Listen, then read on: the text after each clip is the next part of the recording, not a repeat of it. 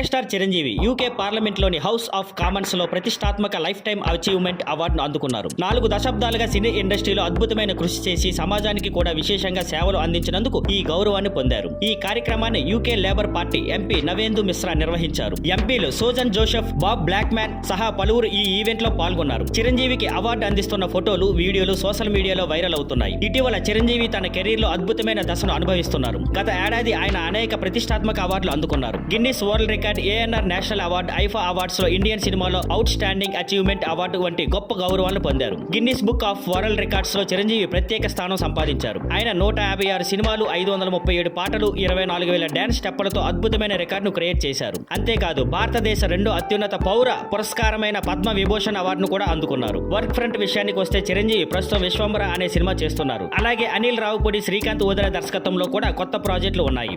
పవన్ కళ్యాణ్ హీరోగా చేస్తున్న హరిహర వీరమల్లు సినిమా మే 9న విడుదల కానుంది. అయితే ఈ సినిమా కంటే ఓజీ పై ఫ్యాన్స్ ఎక్కువ ఆసక్తి చూపిస్తున్నారు. హరిహర వీరమల్లు సినిమా కరోనా ముందు మొదలై షూటింగ్ ఆలస్యం కావడంతో ఆసక్తి కొంచెం తగ్గింది. పైగా దర్శకుడు మారడం కూడా సినిమాపై ఉన్న హైపును తగ్గించింది. ఓజీ సినిమా మాత్రం టీజర్ విడుదలైనప్పటి నుండి భారీ అంచనాలు ఏర్పడ్డాయి. ఫ్యాన్స్ తెగ ఎదురు చూస్తున్నారు. పవన్ కళ్యాణ్ రాజకీయాలతో బిజీగా ఉండటంతో ఈ 2 సినిమాల షూటింగ్ ఆలస్యం అవుతూ వచ్చింది. తాజా సమాచారం ప్రకారం ఏప్రిల్లో హరిహర వీరమల్లు, మే జూన్ లో ఓజీ షూటింగ్ పూర్తి చేసేందుకు పవన్ డేట్స్ ఇచ్చే అవకాశం ఉంది. ఓజీ సెప్టెంబర్ లో రావచ్చని ప్రచారం జరుగుతుంది. కానీ అధికారిక సమాచారం లేదు. అయితే అఖండ 2, సంబరాల ఏటిగట్టు, రజనీకాంత్ కూలీ సినిమాలు కూడా అదే నెలలో విడుదలయ్యే అవకాశం ఉంది. పవన్ సినిమా సోలో రిలీజ్ లేకపోతే బాక్సాఫీస్ పోటీ పెరిగే ఛాన్స్ ఉంది. ఓజీ సెప్టెంబర్ లో రిలీజ్ చేయాలనుకుంటే ఇప్పుడే డేట్ అనౌన్స్ చేస్తే ప్లానింగ్ చేయడానికి మేకర్స్ కు తగిన సమయం దొరుకుతుంది. ప్రమోషన్స్ కూడా క్లియర్ షెడ్యూల్ తో ప్లాన్ చేసుకోవచ్చు. ఇంతలోనే అధికారిక క్లారిటీ వస్తుందా? చూద్దాం.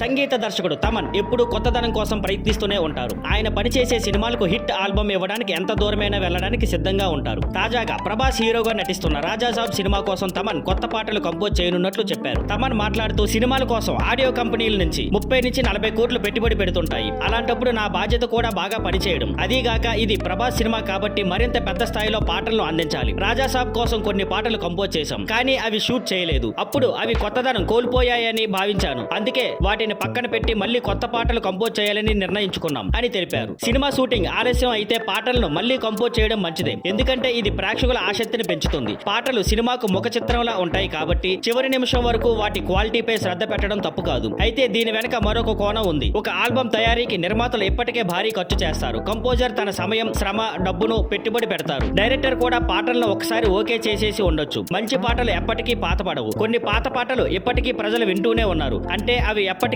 కొత్తదనంగా అనిపించేలా కంపోజ్ చేయబడ్డాయి. కొన్ని పాటలను రీ అటెంప్ట్ చేయడం ఓకే, కానీ మొత్తం ఆల్బమ్ మార్చడం సక్సెస్ అవుతుందనే గ్యారంటీ లేదు. అయితే తమన్ ఎంతో అనుభవం ఉన్న సంగీత దర్శకుడు. ఆయన ఈ నిర్ణయం తీసుకున్న దానికి వెనుక ఖచ్చితంగా ఒక వ్యూహం ఉంటుంది. చివరికి ప్రేక్షకులు వినోదం కల్పించడమే ముఖ్యమైనది. ఈ సినిమాలో ప్రభాస్, నిధి అగర్వాల్, మాల్వికా మోహనన్ ప్రధాన పాత్రలో నటిస్తున్నారు. మారుతి దర్శకత్వం వహిస్తున్న ఈ సినిమా విడుదల తేదీ ఇంకా అధికారికంగా ప్రకటించలేదు. పూజా హెగ్డే ఒకప్పుడు తెలుగు సినిమా ఇండస్ట్రీలో బిగ్ స్టార్ హీరోయిన్ గా గుర్తింపు పొందింది. ఆమె సినిమాలు వరుసగా హిట్ అవుతూ గోల్డెన్ లెగ్ అనే పేరు తెచ్చుకుంది. ఏ హీరో ఫ్లాప్ లో ఉన్న పూజా హెగ్డే సినిమాకు ఓకే అంటే హిట్ అవుతుందనే టాక్ వచ్చింది. పూజా హెగ్డే కెరీర్ డౌన్ ఎందుకు? అయితే గత 2.5 ఏళ్లుగా ఆమె తెలుగు సినిమాల్లో కనిపించడం లేదు. ఇప్పటికే సైన్ చేసిన కొన్ని ప్రాజెక్టుల నుంచి కూడా తప్పుకున్నట్లు సమాచారం. ఈ మధ్య కాలంలో ఆమె సౌత్ లో తిరిగి బిజీ అవుతోంది. కానీ తమిళ సినిమాలకే పరిమితం అవుతుంది. తెలుగు నిర్మాతలు పూజా హెగ్డేకి ఛాన్స్ ఇవ్వకపోవడానికి కారణం, సినీ వర్గాల సమాచారం ప్రకారం పూజా హెగ్డే షూటింగ్ టైం కి రావడం లేదట. షూటింగ్ లొకేషన్ కి ఆలస్యంగా వచ్చేది. క్యారవాన్ లో ఎక్కువ సమయం గడిపేది. తన ఫ్రెండ్స్ బ్యాచ్ షూటింగ్ స్పాట్ కి తీసుకెళ్లి వారి ఖర్చులు నిర్మాతలపై పెట్టేది. తన ప్రవర్తన వల్ల కొంతమంది హీరోలు కూడా అసహనం చెందారని టాక్. ఇప్పుడు ఎక్కడ బిజీగా ఉంది? ఇప్పుడు పూజా హెగ్డే తమిళ్లో పెద్ద సినిమాలు చేస్తోంది. సూర్యతో రెట్రో, విజయ్ దళపతితో జననాయగన్, లారెన్స్ తో మరో సినిమా. తెలుగులో మళ్ళీ ఛాన్స్ ఉంటుందా? ఇప్పుడు తెలుగు నిర్మాతలు ఆమెకు అవకాశాలు ఇవ్వడానికి ఆసక్తి చూపడం లేదని టాక్. ఆమె ప్రవర్తనతో తెలుగు ఫిల్మ్ ఇండస్ట్రీకి దూరంగా ఉందని సినీ వర్గాలు అంటున్నాయి. మరి భవిష్యత్తులో ఆమె తిరిగి టాలీవుడ్ లో ఎంట్రీ ఇస్తుందా లేదా అనేది చూడాలి.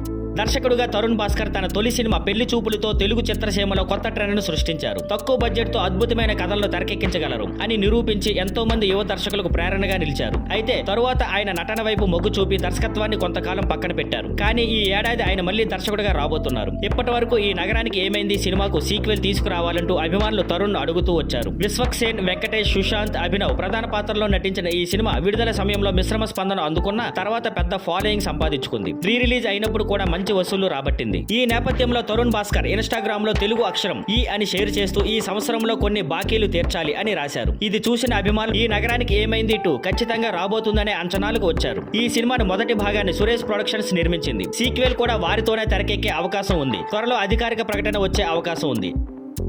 Thank you for watching. Please like, share and subscribe.